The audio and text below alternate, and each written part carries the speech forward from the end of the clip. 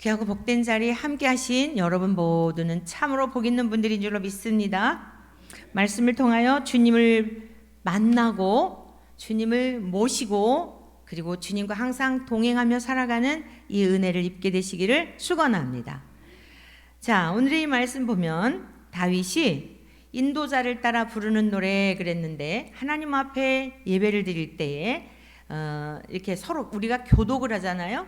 시편 낭독을 주일 예배 때마다 교독을 하는데, 다윗은 하나님께서 행하신 일들을 깨달은 자예요. 여러분, 그냥 머리로 아는 것과 전 존재적으로 인격적으로 깨닫는 것은 하늘과 땅 차이입니다.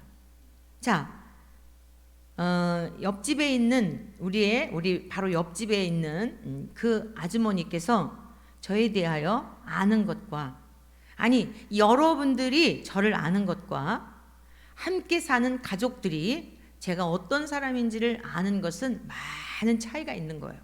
여러분들이 저를 아는 것은 강단에서 하나님의 말씀을 전할 때에 간간히 제 일상에서 일어난 일들을 이제 말씀을 드리면서, 목사님이 그랬나 보다, 주중에 그런 일이 있었나 보다, 목사님이 살아온 삶이 그랬나 보다, 이렇게 지식적으로 정보 차원에서 아는 거예요. 그러나 가족들이 저를 아는 것은 저의 눈빛 하나를 통해서, 저의 얼굴 빛깔의 변화를 통해서 아는 거죠. 그게 진정한 알미예요. 제 목소리의 높낮이를 통해서 아직은 기분이 어떠한지, 여러분 그냥 이걸 알아버린다 이러죠. 여러분들의 자녀들은 어때요? 밖에서 돌아올 때에 아이들의 딱 표정을 보면서 이 아이가 밖에서 좋은 일이 있었는지, 화가 나는 일이 있었는지, 친구들과 문제가 있었는지 여러분 보기만 해도 알잖아요. 우리가 하나님에 대하여, 하나님의 말씀에 대하여, 특히 다윗은 목동 시절에 그 양들을 지키면서 하나님께서 늑대나 사자나 곰이 와서 아버지가 맡겼던 그 양들을 지키는 상황에 아주 위경 가운데 처했을 때, 그 양이 잡혀갈 때에 쫓아가서 사자나 곰에게서 그 양을 빼앗아 오는 그 과정에서 하나님이 나와 함께 하심에 대한 것을 몸소 경험한 거예요. 오늘 우리 기독인들이, 하나님의 사람들이 하나님이 어떤 분인지를 전 존재적으로 경험하지 못하면, 특히 하나님의 말씀을 통해서, 기록된 말씀을 통해서 깨닫지 못하면 그냥 종교인인 거예요. 교회 왔다 갔다 하면서 오늘 예배 드렸으니까 이번 주는 무사히 넘어가겠지. 이번 주에 예배를 빠졌으니 수요일 날에도 가야 되는데 못 드렸으니 혹시라도 주일까지 우리 집에 무슨 일이 일어나면 어떡하나. 여러분, 이러한 신앙인은 이건 종교인인 거예요. 오늘 석가탄일이어서 공휴일이잖아요. 그 불자들은 보면은 1년에 한 번은 이렇게 불공을 드리러 간다 그래요. 불자들이나 기독인들이나 만약에 하나님을 향한 경외심, 그리고 인격적으로 만난 이런 그 하나님과의 만남을 통한 그 기쁨과 감격이 없이 예배를 드린다면, 기독교인이라고 하는 명칭은 있지만 타 종교인들과 다를 바가 없습니다.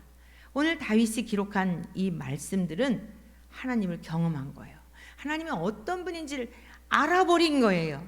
하나님의 신실하심에 대해서, 하나님의 그 놀라우신 은혜에 대해서 기록된 말씀을 통해서 하나님이 그대로 삶 속에 역사하시는 분임에 대한 것을 그냥 깨달아진 겁니다.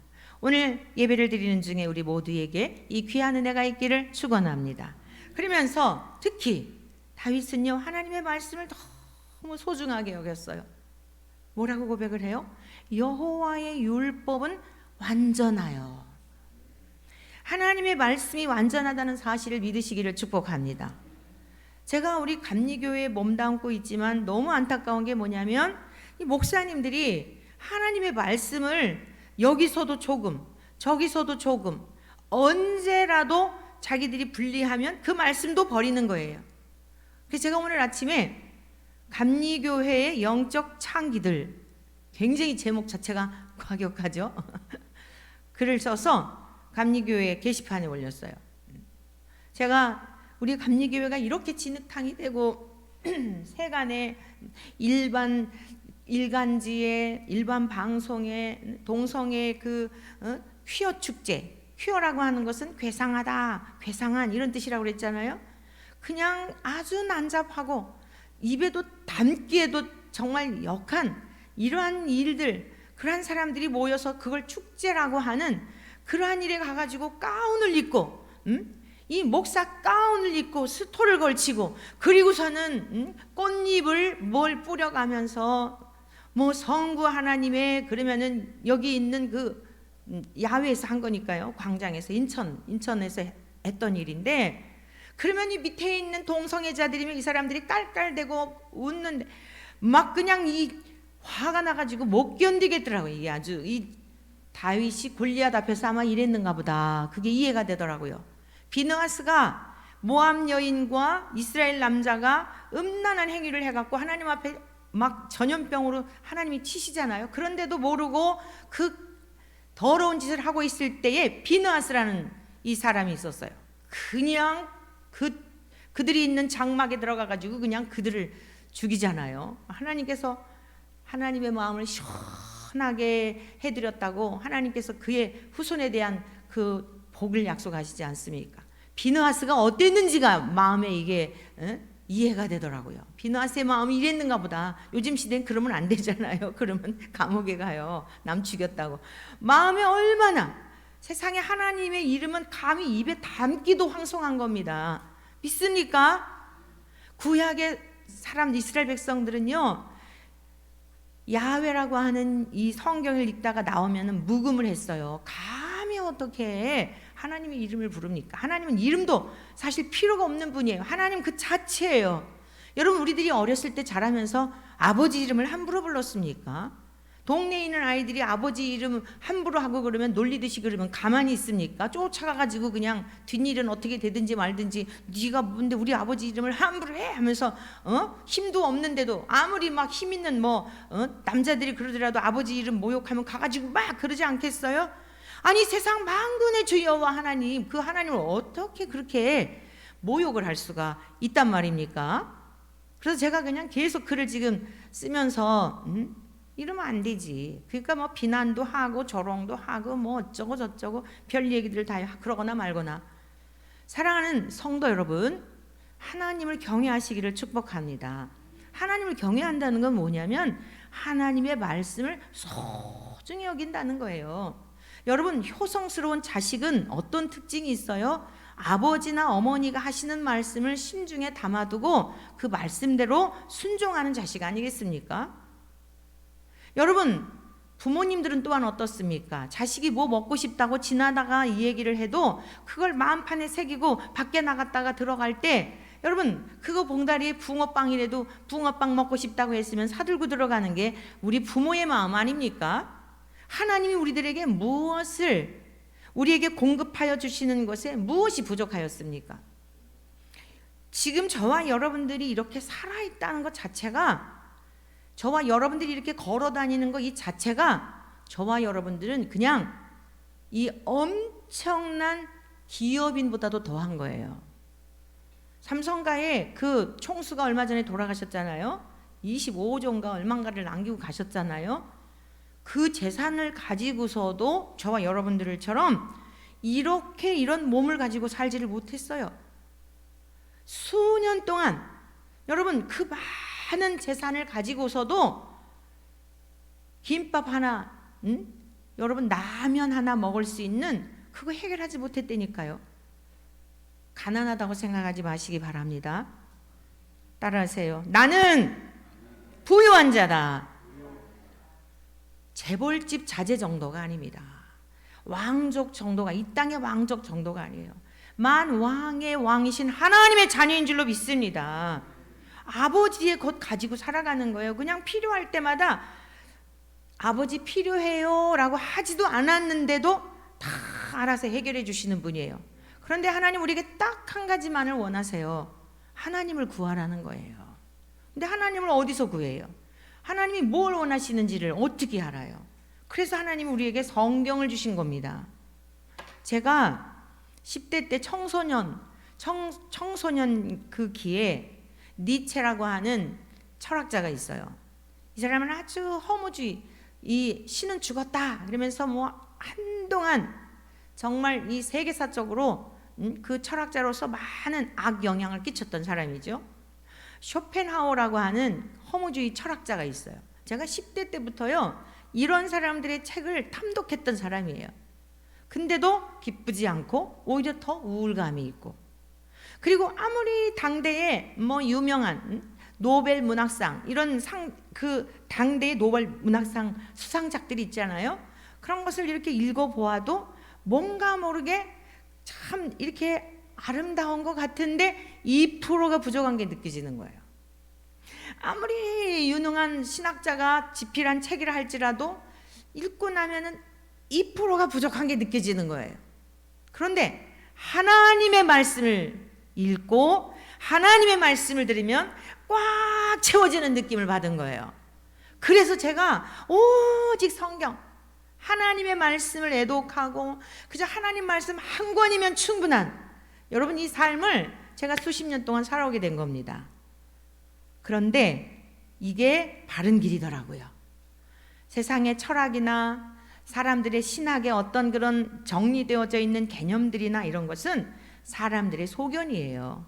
사람들의 사상이에요. 자기는 이렇게 생각한다라고 하는 거지 진리는 아니에요. 오직 진리는 우리 주 예수 그리스도 말씀이 육신이 되신 우리 주님 한 분인 줄로 믿습니다. 그리고 우리 하나님께서 우리의 무지함을 아시고 우리의 무식함을 아시고 헛된 것에 마음 빼앗기고 이상한 대로 그러고 다닐 것을 아시고 영원토록 변함없는 진리의 말씀을 주신 줄로 믿습니다. 그래서 이 다윗도 이 말씀에 대한 능력을 삶 속에서 목동 시절의 왕으로서 어떤 자리에 있든지 이 말씀의 위엄과 말씀의 권위 앞에 그걸 깨닫게 된 거예요. 그래서 여호와의 율법은 완전하다. 사랑하는 성도 여러분, 이 세상에는 완전한 게 하나도 없어요.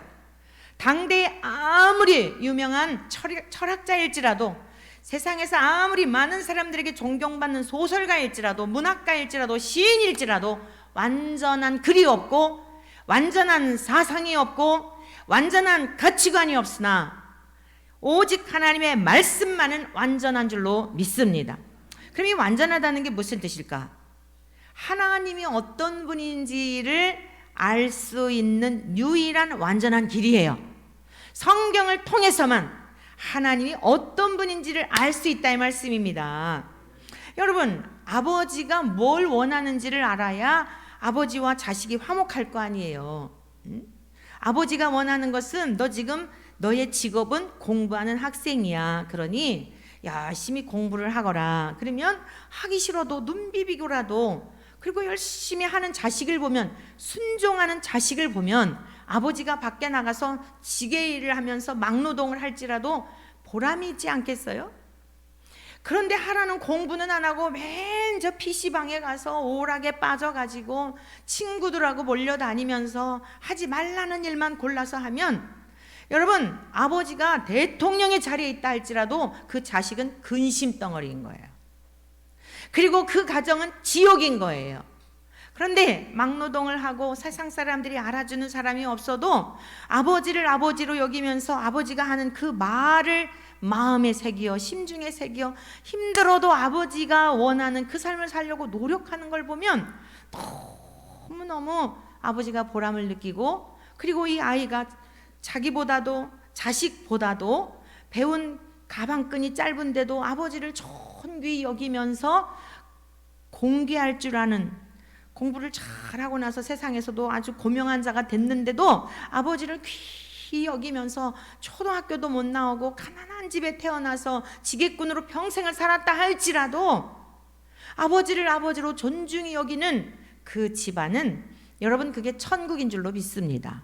세상의 이치도 그러하거늘 이 세상에 모자람이 없고 세상의 모든 것의 주인이신 하나님이 우리의 무지를 깨우치고 그 하늘에 속한 신령한 복들을 우리에게 주시려고 선지자들을 통하여 기록된 하나님의 말씀을 주셨는데, 그것이 완전하다라고 하는 것을 저와 여러분들은 늘상 믿음으로 반응하며 감격하며 살아가시기를 축복합니다. 제가 감리교 게시판에 글을 썼더니 어느 목사님이 그렇게 저에게 댓글로다가 비아냥거리듯이 조롱하듯이 글을 썼어요. 율법과 복음이 충돌한다는 거예요. 어떻게 보면 그럴 수 있지요. 여러분, 복음이신 우리 주 예수 그리스도, 예수님을 만나기 전에는요, 율법과 복음이 충돌해요. 율법이 다 어렵게 느껴져요. 나 외에 다른 신들을 섬기지 말라, 이런 말씀도 불편한 거예요. 여러분, 우리의 눈에 보이는 어떤 우상들을 만들고, 꼭 우상이라고 하는 게 저 석가 불상이나 이런 것만이 아니에요. 여러분 안에 우상들이 있어요. 자식일 수도 있고 돈일 수도 있고, 여러분들을 울고 웃게 하는 그 존재가 여러분의 우상이에요. 자, 여러분들에게는 어떤 우상인지 가만히 주님 앞에 들여다볼 수 있기를 바라요. 성령님이 조명해 주실 수 있기를 바라요. 하나님보다 더 사랑하는 것, 이게 우상이고, 하나님보다 더 두려워하는 것도 우상이에요. 벌벌 떠는 거 있잖아요. 그게 우상이에요. 돈이 없을까봐 벌벌 떨면 돈이 우상인 거예요. 막 내 몸이 막 어떻게 될까봐 막 몸뚱아리 때문에 벌벌 떨면 몸이 우상인 거예요. 여러분, 사람들하고 왕따 당할까봐 벌벌 떨면 여러분들 그 사람들이 우상인 거예요. 이 세상에 있는 모든 인생들은요, 다 수만 가지 우상들이 지금 우리 안에 있어요. 그런데 하나님 한 분으로 만족하고 아버지 안에 거하게 되면, 율법을 우리가 사랑하고 하나님을 사랑하는 마음이 생기면, 이 율법이 어려운 게 아니라, 율법이 나를 괴롭히는 게 아니라 달콤하다 말씀입니다. 하나님이 나를 사랑하셔서 이렇게 하셨구나. 나 외에 다른 신들을 섬기게 되면 네가 고통스러우니까. 하나님께서 우리에게 왜 첫 계명 나 외에 다른 신들을 내게 두지 말라 하셨냐면, 다른 신들을 두고 있을 때 고통스러운 거예요. 하나님이 모든 만물의 주가 되시는데 여러분이 돈이 우상이 되면 그놈의 돈이 여러분들을 괴롭힌단 말이에요. 돈 때문에 벌벌 떠는 거예요. 돈 때문에 얼굴 울고 웃는 거예요. 돈 때문에 사람과의 관계도 좋았다 나빴다 올라갔다 내려갔다 이런단 말입니다. 너에게 고통이야. 너의 자식이 우상이면 그 자식 때문에 네가 힘들어. 자식 떠나면 어떡할 거야? 네 인생 다 무너지는 거 아니겠어?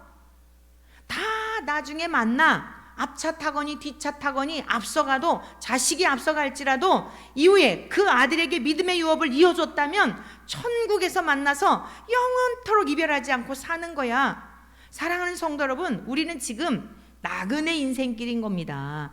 이 땅에 여행 온 거예요. 대한민국이라고 하는 땅에 지금 여행 와서 오늘은 예배드리는 자리에 와 있고, 또 내일은 여러분의 다른 일터에 가서, 그게 다 여행지예요. 여행지 다닐 때 어떻습니까? 여유롭지 않아요? 여행지에 가면 괜히 막 다 아주 낙후된 그런 지역에 가도 다 멋있게 보이지 않아요? 왜 그렇죠? 여러분들이 돌아갈 집이 있으니까. 이렇게 힘들게 사는 사람들이 있구나. 여러분, 막 유럽이나 아름다운 나라에 가서 여행하고 오는 것도 좋지만, 우리나라보다도 훨씬 열악한 환경에 가서, 특히 막 선교지 같은데 단기 선교 갔다 온 분들 이렇게 고백을 들어보면, 단기 선교 가서 매우 힘든 지역에 잠깐 갔다 왔는데 생활 태도를 바꾸고 마음의 생각이 달라지고 각성한 경우들 많이 듣지요. 왜 그래요? 불평불만이었는데 열악한 환경 속에서 사는 그들을 보니까 내가 얼마나 부자인지, 그동안 내가 얼마나 하나님 앞에 교만했는지, 그리고서는 양심의 찔림을 받아갖고 생활 태도를 바꾸는데, 여러분, 성령님으로 말미암아 변화된 것과 혼적인 변화는 좀 달라요.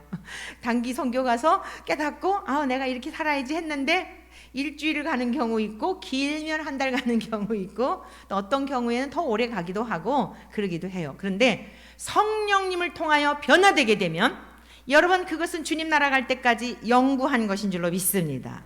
그래서 성령으로 말미암아 혼적인 변화도 훌륭하지만, 여러분, 혼적인 변화, 생각의 변화도, 가치관의 변화도 그렇지 않은 것보다 훨씬 좋아요. 그러나 저와 여러분들은 말씀을 통하여서 우리의 영혼이 달라지는 역사가 있기를 축복합니다. 영혼을 소성시킨다 그랬죠? 우리의 영혼을 소성시키며, 하나님의 말씀은 완전하기 때문에 하나님이 어떤 분인지를 아는 것에 있어 완전하다는 거예요. 하나님의 성품이 어떠한지를 아는 것에 있어서 이 성경은, 하나님의 말씀은, 하나님 우리에게 주신 율법은 완전하게 우리를 인도하는 거예요. 믿으십니까? 뿐만 아니라 하나님은 심판주의심에 대한 것을 우리가 깨닫게 되기 때문에 어떠한 사람을 삶을 살아내야 할지에 대한 경각심을 갖는 거예요. 여러분, 하나님에 대해서만 알 뿐 아니라 하나님이 하나님의 모양과 형상대로 우리를 창조하셨기 때문에 내가 어떤 존재인지를 알게 하셔요. 내 주제 파악을 해야만 사람이 되는 겁니다. 근데 내 주제 파악은요, 절대로 철학책을 통해서나 사상가를 통해서나 당대 유명한 어떤 소설가의 소설을 읽고서나 아니, 그때뿐이에요. 그런데 완전한 우리를 생각을 바꾸고 우리의 인격을 변화시키고 삶의 방향을 다르게 하고 내가 주인 삼고 살아갔던 것들을 과감하게 버리게 하는 이 능력은 하나님의 말씀에 있는 줄로 믿습니다. 그래서 여호와의 율법은 완전하다라고 다윗이 고백하고 있는 거예요. 하나님을 아는 지식에 있어 완전하게 하고 하나님 앞에 어떻게 살아야 하는지를 내 발의 등이요 내 길의 빛이 되어서 말씀을 따라 살아가게 되니까 옛생활과 예수님을 만나고 난 삶이 완전히 다르게 된다, 이 말씀입니다. 그러므로 예수님을 제대로 믿는 사람은 반드시 달라지게 돼 있어요. 여러분들의 삶이 이전이나 지금이나 달라지지 않았다, 똑같다, 그러면 다시 기초로 돌아가야 돼요. 다른 거 고민할 거 없어요. 누구 원망할 거 없어요.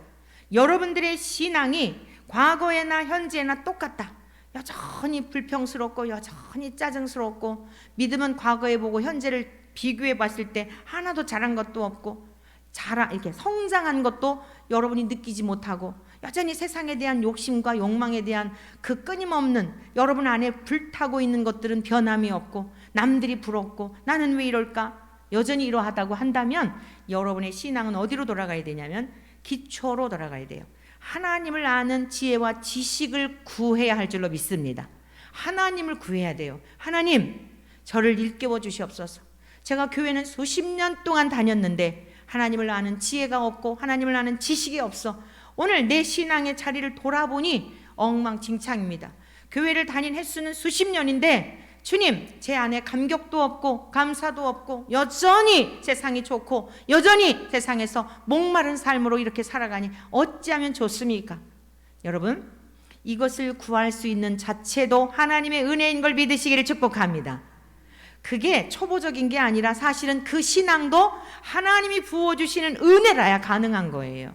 그렇게 기도할 수 있는 것조차도 은혜를 입었기 때문에 감사한 겁니다.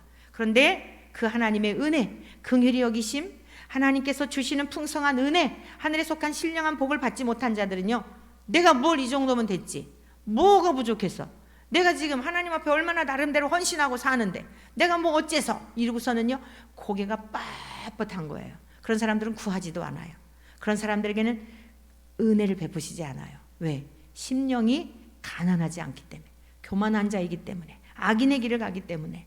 오늘 저와 여러분들은 하나님의 율법은 완전하다라는 이 온전한 믿음을 가지시기를 축원합니다. 그래서 이사야 11장 1절 이하에 있는 말씀, 기도할 때마다 여러분이 말씀에 근거하여 기도하시기를 바라요. 여러분들의 당장 눈에 보이는 이것 구하지 마시고 그거는 주님이 다 알아서 해주셔요. 안 구해도 해주셔요. 지나놓고 나면 구하지 않은 것까지, 생각조차 못했던 것까지 해주신 것을 발견하게 될 거예요. 이사야 11장 1절 어떻게 기록되어 있습니까? 뭐라 기록되어 있습니까? 다 같이 읽어보시겠습니다. 시작. 이새 줄기에서 한 싹이 나며 그 뿌리에서 한 가지가 나서 결실할 것이요 그의 위에 여호와의 영 곧 지혜와 총명의 영이요 모략과 재능의 영이요 지식과 여호와를 영이 강림하시리니, 여호와를 경외하는 영이 강림하시리니. 사랑하는 성도 여러분, 우리 주 예수님께서 다윗의 후손 가운데 이새의 후손이었던 다윗의 후손 가운데 이 세상에 예수님이 오실 것에 대한 것을 예언한 내용의 말씀이에요. 그런데 우리 예수님이 어떤 분이라고요? 지혜와 총명의 영이요 모략과 재능의 영이요 지식과 여호와를 경외하는 영이 우리 주님 안에 충만하여져서, 자, 그분은 곧 성령님이신 줄로 믿습니다.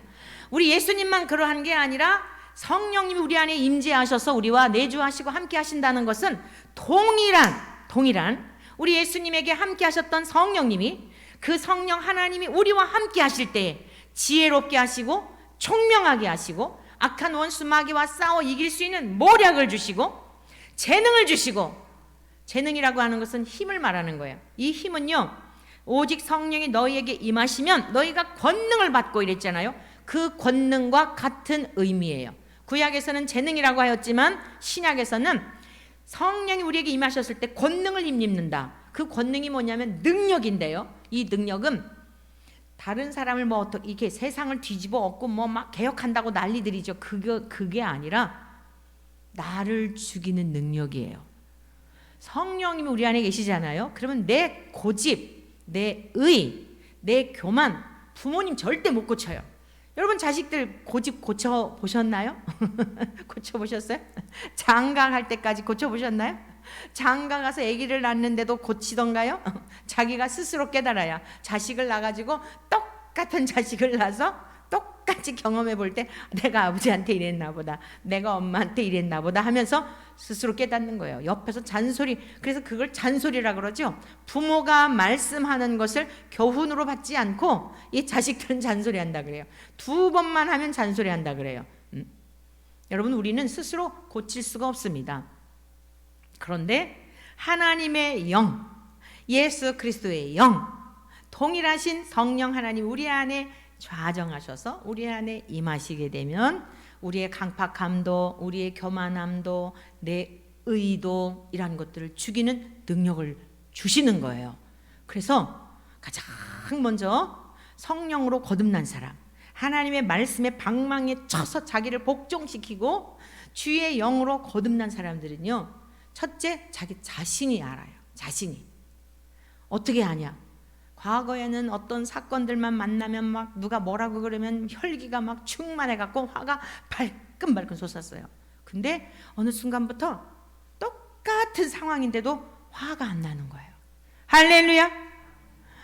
이전에는 누가 보면은 막 왜 저렇게 해? 저 사람은 왜 저래? 그냥 정죄감이 생겨가지고 막 그랬는데, 똑같은 판단은 판단인데 내가 옛날에 저랬구나. 나를 보는 다른 사람들이 어땠을까? 너무 부끄럽다. 그 상황을 보면서 나를 돌아보는 줄로 믿습니다.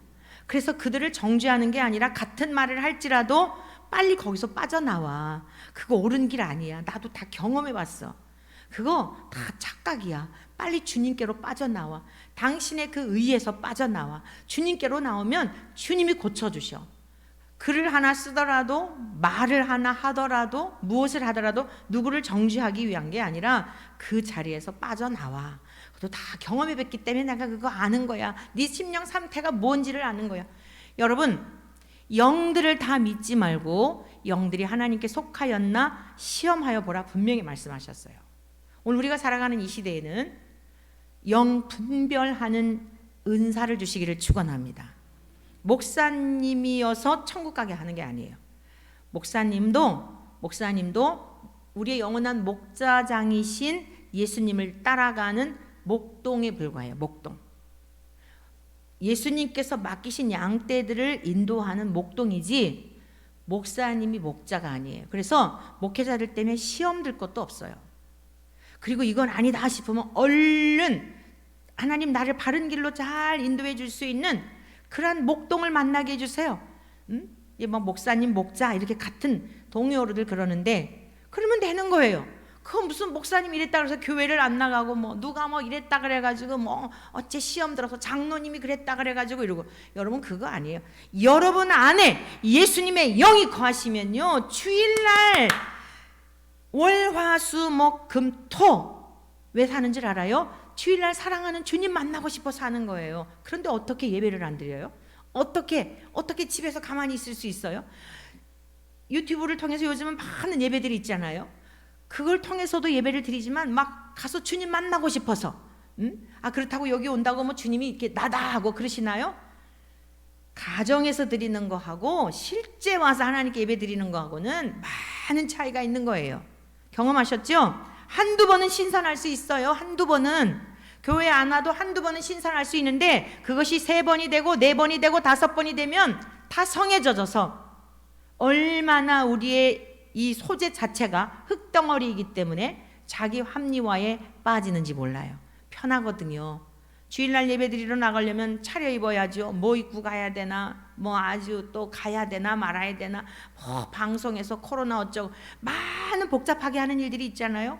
에라 모르겠다, 그냥 집에서도 드리면 되지. 다 요즘은 뭐 정부에서도 그렇게 드리라 그러고 목사님도 다 비대면으로 하는 것도 광고도 하고 이러셨는데, 여러분 속지 않으시기를 바랍니다. 자리에 누워서 거동할 수 없다면 모르지만, 여러분들이 거동할 수 있다면 하나님 앞에 나와 예배를 드리는 이 삶이 인생의 목적이 되시기를 축복합니다. 월, 화, 수, 목, 금, 토는 주일날을 위해서 산다 이 말씀이에요. 제가 목사가 될 것에 대한 걸 한 번도 꿈꿔본 적이 없어요. 신학교를 간 것도 목사가 되려고 한 게 아니에요. 20세 때 예수님을 인격적으로 만나니까 너무너무 이 교회 가는 게 좋은 거예요. 교회를 열심히 다니다 보니 어떻게 해요? 목사님이 눈에 자주 띄니까 일을 맡길 거 아니에요. 너 반주 좀 해라. 또 열심히 그걸 그렇게 봉사를 하니까 너 교사 좀 해라. 또 교사를 하는데 애들이 막 너무 이쁘니까 그냥 애들을 또 교회에서 시킨 것도 아닌데 성경을 가르치고 모아놓고 그러다 보니까 애들이 또 막 쑥쑥쑥 자라고 뭔가 이러니까 자꾸만 목사님이 너 이것도 해라 저것도 해라 해가지고 자꾸 일을 시키다가 이 자리까지 온 거예요. 목사가 되려고 신학한 것도 아니고 목사가 되려고 한 번도 꿈꿔보지도 않았는데, 예수님이 너무 좋아서 열심히 교회, 하여간 열심히 예배 시간, 주일날 갔는데 양이 안 차니까 수요 예배 가고, 수요 예배 갔는데도 헛헛한 거예요. 영적으로 헛헛한 거예요. 그러니까 또 금요 철야 예배 가고. 젊은이들이 철야 예배 이런 거 안 가잖아요. 근데 자꾸 눈에 띄니까 목사님이 귀히 여기시고는 자꾸 일거리 막힌단 말이에요. 그래서 또 그거 감사해가지고 또 그러고, 애들 이뻐가지고 떡볶이 사주고, 애들 그냥 뭐 있으면 용돈 있으면 애들한테 막 뭐 해주고 이러니까 애들이 자꾸 따르잖아요. 엊그제 스승의 날이라고 신학교 때 가르쳤던 같이 늙어가는 제자가 전화를 했어요. 선생님 너무 죄송합니다. 자주 찾아뵙지 못하고 같이 늙어가요. 저랑 몇 년 차이 안 나요. 근데 그렇게 기억하고 전화를 했어요. 목사님이 옆에서 놀래요. 무슨 학교 선생님도 아닌데 교회 학교 가르쳤던 그 학생들이 있지를 않고 그 지금까지 몇십 년 동안 그러냐고. 예수님이 너무너무 좋은데 그 사랑을 어디에다 표현을 해요? 맡겨주신 그 학생들에게 표현을 하니까 그냥 막 부흥이 되잖아요. 또 야 가자 이래가지고 또 그때는 또 뭐 긴 머리 소녀에다 막 또 피아노 치는 뭐 또 막 예쁜 누나, 그 친구들의 눈에는 예쁜 누나로 보이는 거예요. 그러니까 어찌되었건 이렇건 저렇건 그 아이들에게 성경을 가르치고. 사랑하는 성도 여러분, 우리 주님을 사랑하시기를 축복합니다. 사랑하면 만나고 싶어 못 견디는 거예요. 그 음성 듣고 싶어 못 견딘 거예요. 그 음성이 뭐예요? 성경이에요. 그래서 우리를 더욱 재능을 주셔요. 힘을 주신단 말이에요. 내 속에 있는 죄성에 대한 것들을 쳐서 복종할 수 있는 능력을 주신단 말이에요. 그 다음에 그렇게 하나님의 말씀을 순종하고 그 말씀대로 살아가니 영원히 소성함을 얻어서, 똑같은 상황, 옛날에는 우울했는데 옛날에는 슬펐는데 어느 순간부터 똑같은 상황인데도 즐기는 겁니다. 할렐루야. 즐기시기를 축원합니다. 고난도 즐기시기를 축복합니다. 제가 지나놓고 나니까 하나님의 섭리인 것 같기도 해요. 어렸을 적부터 어떤 상황들에 대해서 깨닫게 하시는 그런 은혜를 주셨어요. 지금에 와서 이렇게 이제 되돌아보면, 반추해보면 그 하나가 뭐냐면요, 시골에 살 때 중학교 때 수련회를 갔어요. 수련회를 갔는데 이 직구준 교회 선배 오빠들이 그 이제 물가에 가잖아요. 그러면은 그냥 물에다가 넣어서 막 허우적거리는 거, 이걸 즐기잖아요. 정말 파도가 쳐오는데 죽을 뻔 알았어요. 근데 이게 막 그리고 이제 던져놓고 도망가잖아요. 근데 파도가 몰려오는데 그 막 물을 먹게 되죠. 이 생명의 위기를 느낀 거예요. 그때 무슨 생각을 했냐면, 그 위기 상황에서 어차피 파도가 몰려오는 거 파도 타기를 해보자 이러고서는요, 파도가 몰려올 때 몸에 힘을 쫙 빼고요, 쫙 그 파도 물결에다가 내 몸을 띄우니까 파도 타기가 되더라고요. 무엇을 깨달았냐면, 우리네 인생에 거친 파도가 몰려올 때가 있어요. 여러분들은 다 증인이시죠. 제가 거친 파도를 타고 온 인생의 증인이시죠. 그때마다 여러분들에게 설교만 한 게 아니라 실제 저도 그렇게 살아본 거예요. 물론 뒤에서는 하나님 앞에 눈물을 흘리며 하나님께 드렸던 엄청 많이, 여러분들 앞에서는 이제사 얘기지만 여러분들 앞에서는 막 그냥 말씀대로 선포하고 막 이랬지만은 주님 앞에 많이 울었지요. 그때 주님 앞에 이렇게 기도드렸어요. 주님, 제가 지금 주님 앞에 흘리는 눈물이 보석이 되게 해 주십시오. 주의 병에 담으셔서 제가 흘렸던 눈물들이 다른 사람들에게 빛을 발하고 다른 사람들에게 힘이 되고 다른 사람들에게 능력이 되는 보석이 되게 해 주십시오. 하나님, 나는 사람들이 나를 초라하게 보는 거 너무 자존심 상합니다. 저 주님의 딸이잖아요. 하나님 나의 아버지잖아요. 근데 사람들이 나 초라하게 보는 거, 아버지도 자존심 상하고 저도 자존심 상하니 사람들이 나를 초라하게 보이지 않게 해주세요. 제가 좀 사람들에게 초라하게 보였으면은 교회가 형편이 좀 나았을 거예요. 왜냐하면 어느 분이 저한테, 어느 목사님이 이러더라고요. 제가 혼자 있을 때, 박 목사, 그 환경을 잘 이용을 해. 왜, 무슨 말씀이세요? 그랬더니, 지금 혼자 돼서 지금 목회를 하고 있잖아. 그러니까 교회들마다 다니면서 후원 좀 해달라고, 혼자인 거, 세상 말로 말하면 과부인 거, 이걸 이용해 가지고 교회들 다니면서 편지도 좀 보내고 교회 좀 도와달라고 그래갖고 다 때가 있는 거야. 지금 또 젊고 그러잖아. 그러니까 짠하잖아. 목회자들 마음이 짠할 테니까 그 연민이 있을 거 아니야. 도와주고 싶은 동정심도 있고 할 테니 이런 기회를 잘 이용해 가지고 교회도 좀 키우라는 거예요. 너무 자존심 상하는 이야기지요. 어떻게 생각하면 그분이 저를 위해서 하는 얘기였어요. 왜냐? 정말 어려운 시간들을 보내왔잖아요. 우리 다 같은 증인이신데. 그러나 저는 주님 앞에 이렇게 기도드렸어요. 사람한테는 절대 초라하거나 하나님, 사람들이 볼 때 불쌍해 보이는 인생이 되지 않게 해주세요. 그러나 하나님은 저를 불쌍히 여겨주셔야 돼요. 하나님 한 분만 저를 불쌍히 여겨주시면 저는 그것으로 족해요. 그런데 하나님도 저를 불쌍히 여겨주시지 않으면 제가 어떻게 살아요? 하나님은 신실하신 분이셔서 그렇게 인도해 오셨어요. 여러분들에게도 동일한 분인 줄로 믿습니다. 사람들이 불쌍히 여기는 건 그때뿐이에요. 혀 끌끌 차고 뭐 또 좀 호주머니에 뭐가 있으면 그렇고, 그렇지만 아버지가 불쌍히 여기시는 것은 영원한 돌봄인 줄로 믿습니다. 그리고 우리 모두 다 속는 거예요. 이 세상에 있는 모든 인생도요, 하나님이 다 불쌍히 여겨주셔야 할 인생들이에요. 왕들도 그러하고요, 재벌들도 그러하고요. 여러분, 이 땅의 모든 인생들은요, 하나님이 불쌍히 여겨주시지 않으면 살 자가 없는 거예요. 하나님 앞에 긍휼을 구하시기를 축원합니다. 그것 또한 깨닫게 하신 은혜였지요. 무엇을 구해야 할지를 깨닫게 하신 거예요. 세월이 지나고 나니까 하나님께서 이제 존귀케 하셔서 하여간 그냥 하나님이 제 안에 사는 그 삶의 누림이라고 하는 게 환경이 크게 달라진 건 없어요. 크게 달라진 건 없는데 아버지의 마음이 어떤지를 알아버렸기 때문에, 하나님이 어떤 분인지를 이제는 존재 자체로 알아버렸기 때문에 파도가 오면 오는 대로 몸을 띄우는 거예요. 다 힘을 내려놓으면 되는 거예요.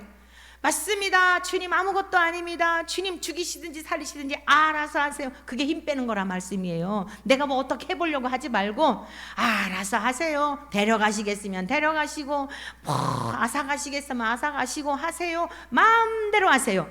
그리고 그 파도를 타게 되면 즐기는 거예요. 고난을 즐기시기를 축원합니다. 그러면요, 고난이 물러가게 돼 있어요. 고난이요, 무서워서 물러가게 돼 있는 거예요. 아이고, 이거 해봤자 하나님께 더 영광 돌리네. 하나님을 원망하게 하려고 이 문제를 줬는데, 아니 이걸 가지고 더 영광을 돌리네. 그래갖고 마귀가요, 안 되겠다. 그거 방법 갖고는 안 돼. 그 다음에 또 이제 유혹하겠죠. 어떤 걸로 유혹할까요? 이제는 평안의 방법, 이제는 인정받게 하고, 이제는 사람들한테 다양한 방법으로 끝까지 우리 생명 다할 때까지 유혹해와요. 그래서 우리는 계속 주님만 바라보며 살아가야 돼요. 누가 뭐라고 하든지, 비난을 하든지 칭찬을 하든지 개의치 말고, 주님이 여호와의 율법은 완전하고 우리의 영혼을 소성시키기 때문에 말씀만 붙들고, 그게 주님을 붙드는 거예요. 주님 눈에 안 보이잖아요. 근데 이 성경을 통해 말씀이 육신이 되신 주님은 이 땅에 오셨다 하늘로 가셨지만 이 편지를 남기고 가신 거예요. 연애 편지. 구약의 말씀도 얼마나 달콤한 말씀인지 몰라요, 여러분. 막 뭐 잘못하면 막 때려 죽인다, 막 불에 태워 죽여라, 돌에 쳐 죽이라 하지만요, 저는 구약에서 더 강렬한 사랑을 경험했어요. 넌 내 거야, 너 딴짓하면 죽여, 이런 거. 그게 속이 뭐예요? 저주하는 게 아니에요. 내가 너를 그렇게 사랑해. 내가 너를 보기만 하면 그냥 정말 아주, 내가 너를 인하여 기쁨을 이기지 못하며 이랬잖아요. 스바냐 3장 17절에 어떻게 할 줄을 몰라요. 구약의 말씀 무서운 게 아니에요. 율법과 복음이 충돌하는 게 아니에요. 목사라는 이름을 가지고 기본적인 것조차도 그렇게 그러고 있으니 제가 얼마나 답답해서 영적인 창기들이라는 글까지 썼겠어요. 여러분, 율법을 완성케 하는 거예요. 주께서 마태복음 5장에 있는 말씀을 통해 말씀하셨잖아요. 내가 율법이나 선지자를 폐하러 온 줄로 아느냐? 율법을 충돌하는 줄 알아? 율법을 완성하는 거야. 내가 이 땅에 왜 왔는지 알아? 너희들 율법 힘들다고 못 지키지. 내가 한번 지켜볼게. 너희들이 하나님의 율법을 지키는 게 훨씬 쉬운 거야. 나는 신으로서 인간으로 와가지고 신이 인간이 되는 것처럼 자존심 상하는 게 없는 거예요. 믿으십니까? 하나님이 인간으로 오셨다는 것 자체, 하나님이 최고, 더 이상 바닥이 없어요. 하나님으로서는요, 아니 이 하찮은 인생들을 무엇 때문에 아쉬워서 인간이 되시겠어요? 우리 예수님이 인간이 되셨다는 것 자체가, 우리가 아무리 고난을 당하고 복음을 전하다 아무리 비난을 당하고 무슨 모욕을 당한다 할지라도 아무것도 아니에요. 그건 아무것도 아니에요. 예수님이 하나님이신데 인간이 되신 거에 비하면 죄가 없는데 죄 있는 아들의 모습으로 하나님께서 죄를 예수님에게 정하사 이 땅에 오셔서 그 율법이 뭐죠? 죄를 지었으면 반드시 갚아야 돼요. 그게 공의예요. 그런데 우리가 할 수 없기 때문에 예수님이 그 일을 이루셨다고요.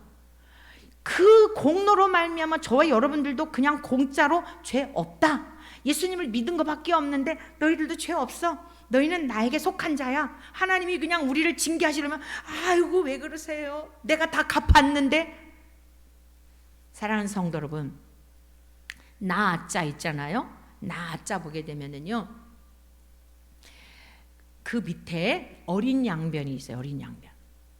한자를 보게 되면 저와 여러분들이 어떤 존재냐면 어린 양이신 우리 주 예수님께서 저와 여러분들을 안아주시고 감싸주시고 죄와 그 형벌을, 죄 때문에 형벌을 받아야 할 것을 우리 주님께서 다 저주를 받으심으로 말미암아 하나님께서 보실 때에 저와 여러분들을 보는 게 아니라 희생양이 되셨다는, 아까 우리 목사님 찬송인도 하시면서 잠깐 얘기했잖아요. 6월절 어린 양 되시는 예수님을 보시고 그냥 하나님이 통과 그러는 거예요.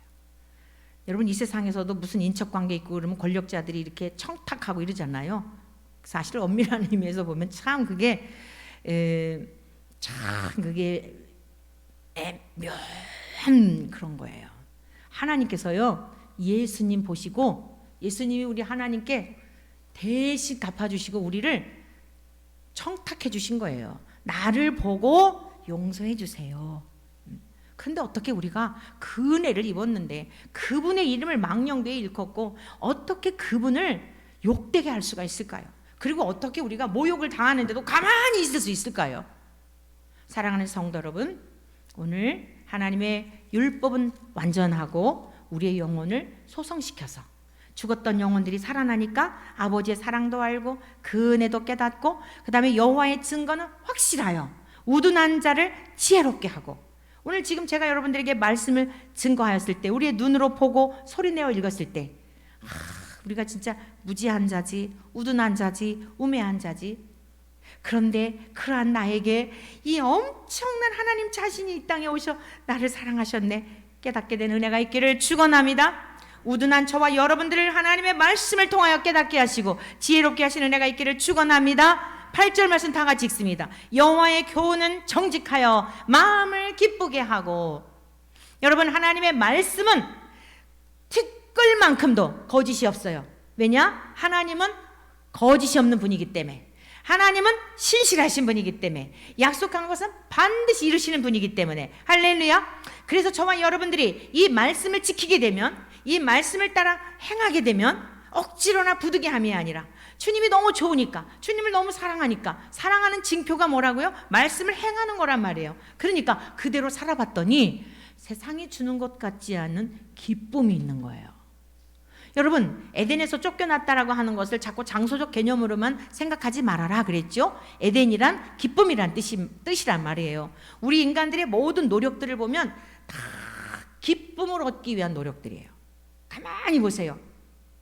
돈 많이 벌려고 그러고 뭐 비트코인에 투자를 하고 주식에 투자를 하고 땅을 사고 이런 모든 게 삶의 편안함을 위한 것 같지만 자기 내면의 만족, 자족, 그걸 다른 말로 행복이라 그러죠. 행복을 추구하는 것 때문에 그런 거예요. 왜 그렇게 공부를 하고 젊은이들이 막 뭐 직장에 막 하려고 이러고 생계를 위한 것 같지만 다 그 저변에는 뭐냐면 행복을 추구하는 데서부터 비롯된 거예요. 이게 왜 그러느냐면 에덴에서 쫓겨났기 때문이에요. 에덴에서 쫓겨났다는 건 뭐냐면 기쁨을 상실한 존재가 되었다 그 뜻이에요. 아담이 선악과 열매를 먹음으로 하나님께서 에덴 동산에서 추방하시잖아요. 그리고 하나님이 창조하신 땅을 갈게 하면서, 여러분 노동이라고 하는 것은 에덴에서 추방당했기 때문에만 있는 건 아니에요. 가꿔야죠. 과목들도 다 가꾸고 이래야 되잖아요. 그래서 이 노동이라고 하는 것은 아주 신성한 거예요. 그런데 힘들게 하게 된 거예요. 힘들게. 왜 힘들까요? 기쁨이 없는 거예요. 여러분 똑같은 일을 할지라도 기쁨으로 하는 거하고 어거지로 하는 거하고 완전 하늘 땅 차이예요. 있습니까? 여러분들이 집에서 가족들을 사랑하기 때문에 오늘 가족들을 위해서 식거리는 어떻게 해야 될까, 반찬거리는 어떻게 할까 막 너무너무 사랑스러운 이제 여러분들이 막 손주들이 왔어요. 손주들. 야 이게 뭘 먹일까 하는 거하고 여러분들이 나와 아무 상관없는 집에 가서 내가 남의 집에 도우미로 일한다고 하는 거하고 같을까요? 하늘 땅 차이인 거예요. 어떻게 하면 우리 손주를 기쁘게 할까? 뭘 좋아하지? 그러면서 밤에도 잠이 안 오잖아요. 사랑하는 사람을 위한 거라면. 그런데 부득이함으로나 억지로 하는 것은 음식 맛도 다르고 하기도 싫고 피곤하고 몸도 찌뿌듯하고 불평이 나오고 난 언제까지 이래야 되는 거야? 이러지 않습니까? 여러분 우리가 하나님을 사랑하여 하나님이 너무너무 좋아서 하나님께서 명하신 일들을 하게 되면 노동도 행복한 거예요. 하나님께서 주신 모든 일이라고 하는 것이라고 한다면 그것도 기쁜 거예요. 여러분 우리 저쪽 오른쪽에 드라이 창이 있었잖아요. 1998년도에 수해를 당했었죠. 그 수해를 당하기 전에 여러분 여기가요 드라이 창이 있어가지고 비가 오면은 막 이렇게 물이 넘쳐났어요. 어느 해 98년은 완전히 수해 당해서 다 봉했고 어느 해 한 12시쯤 됐는데 비가 멈추지 않고 계속 오는 거예요. 여기 사택을 이렇게 꾸며서 할 때 그 교회를 와보니까 이게 물이 넘어오고 있는 거예요. 그 밖에 저 이제 지금 텃밭 있잖아요. 거기가 이렇게 한 180cm 정도 돼요. 180cm 이게 들어간 게 이게 홈이. 그러니까 제가 가서 보니 거기가 물이 다 차 있는 거예요. 그래서 이 물을 퍼내기를 시작한 거예요. 그 물을 퍼내기를 시작해서 그 밑에 내려가 가지고 요만큼 넘어가면 이게 다시 물 들어오니까 몇 시간을 했는지 알아요? 하나님은요 손해 볼 일을 안 하세요. 그때는 새벽 기도회가 4시 반인가 그랬는데 4시까지 그 장대비가 오더라고요. 12시부터 4시까지 제가 거기서 이거 뭐야 세수대야를 가지고 앉았다 일어났다 이렇게 물을 푸는 거예요. 조금만 넘으면 여기로 넘어오니까. 그런데 얼마나 행복한지. 어머나 내가 뭐길래 하나님의 성전에 살면서 이 성전에 살았기 때문에 이 비가 이렇게 다 들어와서 난리가 날 걸 내가 막을 수 있구나 생각을 하면서 이걸 퍼내는데 얼마나 이 영이 기쁜지. 사도 바울이 그랬잖아요. 입술로 찬양하고 영으로 찬양하고.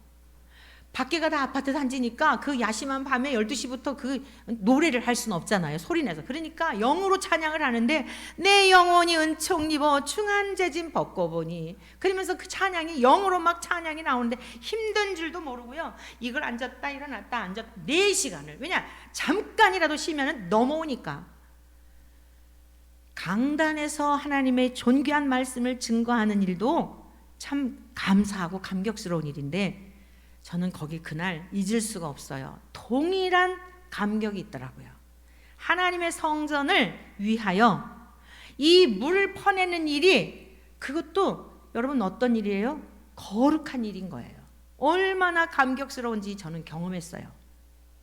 오늘 하나님 나라를 위해서 우리가 선교사로 일하든지 또는 국내에서 일하든지 뭐 다른 사람들 돕는 일을 하든지 말씀을 전하는 일을 다 다르지 않습니까? 그런데 하나님의 교훈은 정직하여서 하나님을 사랑하니까, 말씀이 곧 하나님이시잖아요. 마음을 기쁘게 하는 거예요. 어떤 일을 하든지 기쁜 거예요. 왜요? 주님의 일이라 생각하니까. 너무너무 행복하고 그 감격스러운 것을 잊을 수가 없어요. 물론 그 일 이후에 3일 동안 몸살이 나가지고 아주 끙끙 앓기는 했지만 제 영은 그렇게 기쁠 수가 없더라고요. 대통령이 그 기쁨을 경험할까요? 여러분, 재벌이 그 기쁨을 경험할까요? 사람들이 그 기쁨을 원하는 거예요. 그 기쁨을. 믿으십니까? 제가 느꼈던 그 기쁨을 느끼는 거 원하는 거예요. 그런데 이것은 아무에게나 주시는 게 아니죠. 하나님을 사랑하는 자들에게만 주시는 기쁨인 줄 믿습니다. 그래서 궁궐이나 초막이나 그 어디나 하늘나라인 거예요. 사도 바울이 그 삶을 살았어요. 다윗이 그 삶을 살았어요. 베드로도 그 삶을 살았어요. 여러분, 앞서간 믿음의 선진들이, 사도 요한이 그러한 삶을 살았어요. 우리가 하나님의 말씀을 대할 텐데 그분들은 한 시대에 크게 쓰임받은 분들이야. 그렇다면 여러분들은 아직도 우리 주님의 깊은 사랑에 대하여 아직 오해하고 계신 거예요. 그들을 사랑하신 하나님이 동일하시고 그분들을 창조하신 하나님이 우리들을 창조하신 분이 맞다면, 그분들이 아버지라고 부르는 하나님이 우리의 아버지라고 한다면 우리에게도 동일한 은혜와 감격으로 하나님을 섬겨야 할 줄로 믿습니다. 우리의 마음을 기쁘게 한다는 겁니다. 기쁘게 한다는 거예요. 그래서 고난도 이기게 되고, 여러분, 역경도 이기게 되고, 또 아무리 멋진 곳, 아주 그냥 막 유럽에 이제 참 하나님의 은혜로요, 하나님의 은혜로 이 코로나가 있기 전에 참 아름다운 곳들 많이 다니게 하셨어요. 하나님의 은혜로 가져서가 아니라. 그런데도요, 아무리 아름다운 곳에 스위스의 그런 알프스 산맥이나 뭐 이런 보더라도요, 마음은 동일해요. 거기에 마음을 빼앗기지 않더란 얘기예요. 늘 주님이 나와 함께 하시는 이 지하에서 하나님을 섬기며 하나님을 예배하며 그 기쁨을 앗아갈 수가 없는 거예요. 눈에 보이는 아무리 아름다운, 살기 편하고 환경이 좋은 호텔에 가도요, 전혀 이 퀴퀴한 냄새가 나는 이곳에 와도 우리 손녀딸이 요 계단에서부터 이렇게 내려오면은요, 꼭 몇 계단 내려오면 똑같은 얘기를 해요. 뭐라 그러면 냄새 너무 좋다 그래요.